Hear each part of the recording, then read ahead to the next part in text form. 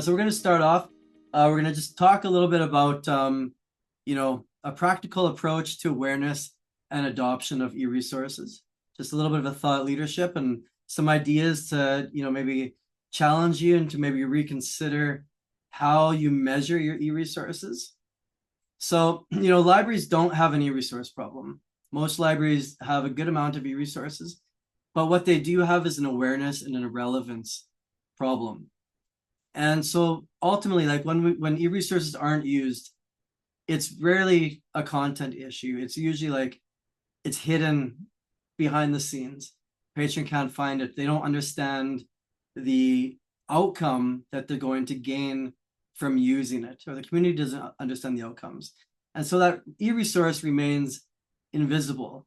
And what I want to do today is kind of challenge you to think a little bit differently on e-resources.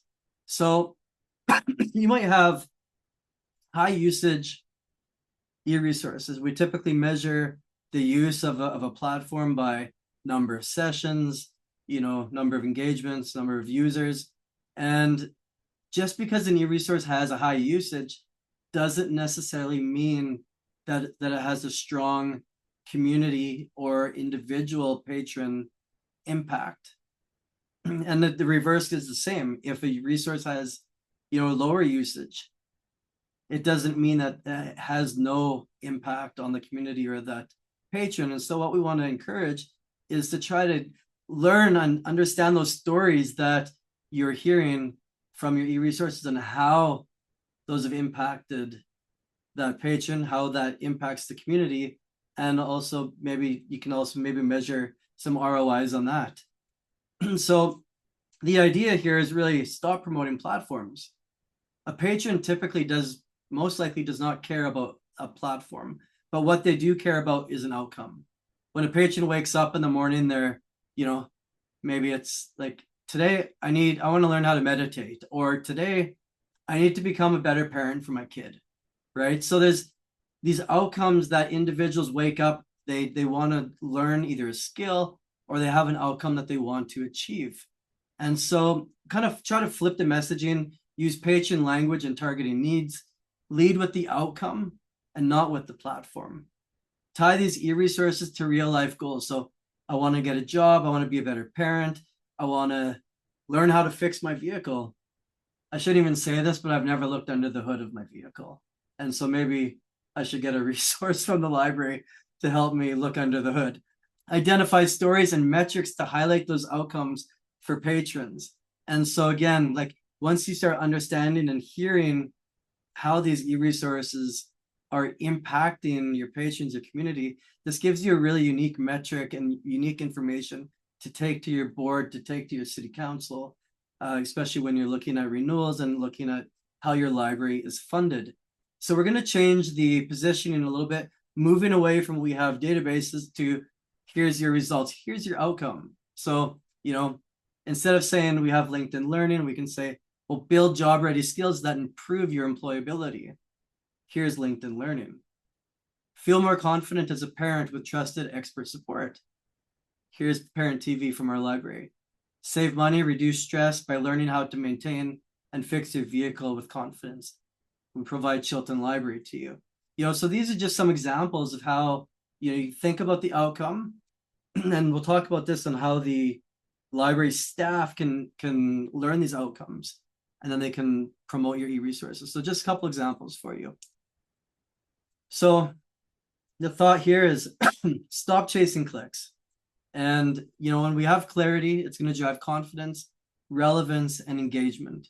So when your staff are confident in the outcomes, they understand the outcomes, they understand the e-resource, they're going to be more comfortable recommending that e-resource.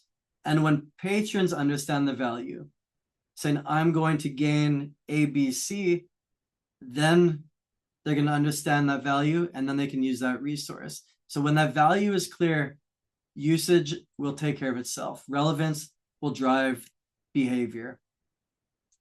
Embed the e-resources into real life moments. And Seattle Public Library has done absolutely an amazing job at this. And so if you go onto their website, they have this experience as your next skill. You go on there, you say, I want to learn computer skills. I want to learn how to travel on a budget, smartphone photography. They have all these different examples. And if you click on any of those, it will take you to a resource page with resources and e-resources that are going to help the patron, find achieve that outcome that they desire. On the flip side, what they've done, and I love this, is that you can submit a form to the library and the library will receive it. And then they can go through and they can personally select some e-resources to help you achieve that outcome.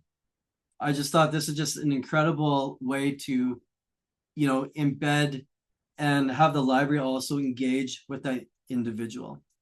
Libraries are like gyms. In lots of past presentations, we always say, libraries are like retail, and in many cases they are, but they're also like gyms. The problem, with a gym membership, and I'm probably the worst example, but if I have a gym membership, I'm not guaranteed an outcome that I'm going to get skinny, right? And the gym can only deliver the value when the user knows how to use the equipment properly. And so the same goes for the library. We have the equipment, we have all these powerful e-resources and tools.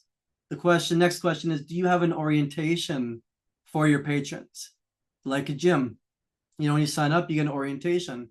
I would certainly recommend, if you don't have an orientation, to consider, maybe even either a video orientation, or maybe like once a month or once every 2 weeks, is to have like a public orientation where patrons can come in as a small group and they can get familiarized with the library and all the e-resources and find out about those outcomes that they can receive.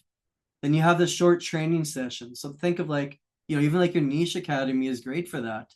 So that's short, focused instruction on how to use an e-resource. So once you have an orientation, you have a training in place, that instills a confidence in the patron. So confidently, you can say that patron should be able to succeed with your library. And that's going to help to continue to grow the usage and awareness of your system. Confident staff bridge outcomes.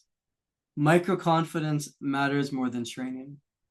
So a library staff member will never promote what they don't understand or what they don't trust. If they don't know the outcome and they haven't seen the outcome firsthand, the chances are they're not going to feel comfortable promoting that e-resource or that tool.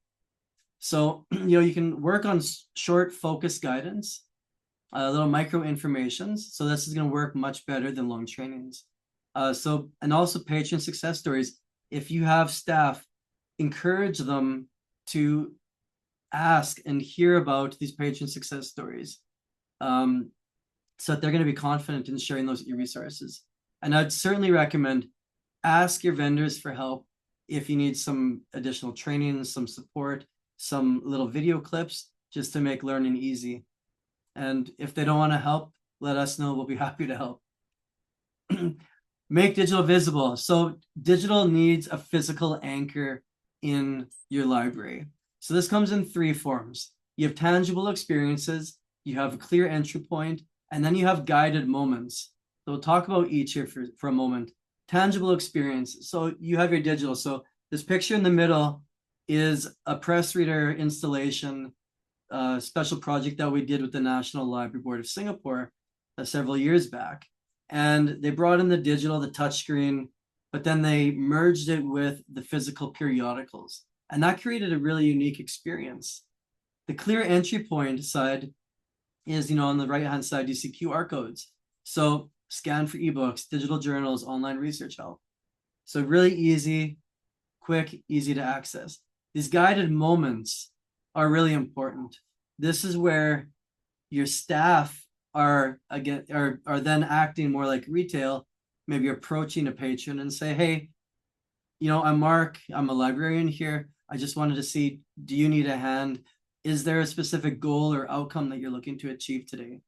If so, I'd be happy to support you. And this is where you can have that personalized experience where you then promote that e-resource. So again, important to have those physical anchors.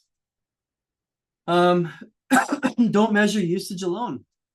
So as I mentioned earlier, high usage does not always equal impact. Look for those stories, ask those questions. Who is using the e-resources? Who's using specific e-resources? Did it solve a problem for them? Did it impact their life? Does it have a measurable impact on the community? Thinking about, ROIs, if you have an e-resource that supports small businesses or entrepreneurs and the content you provided was impactful for them, you know, certainly you could say, well, that's going to drive economic value to my community. If usage drops and the outcomes improve, that's not failure. Ultimately, that's focus. So your community outcomes and your individual patient outcomes are extremely important and critical. Last but not least, we're going to finish off with this. Engagement is not a strategy. Engagement is a strategy, not a marketing task. Engagement is the outcome of intentional design. So your engagement is always going to improve when those outcomes are clear. The patron and the staff understand the outcomes, they understand the solution. Digital tools are tied into those real life moments. What do I need to learn? What am I trying to accomplish? What's the outcome I want? And that confidence is going to replace any complexity that you have within your resource. So again, engagement isn't promoted, it's designed.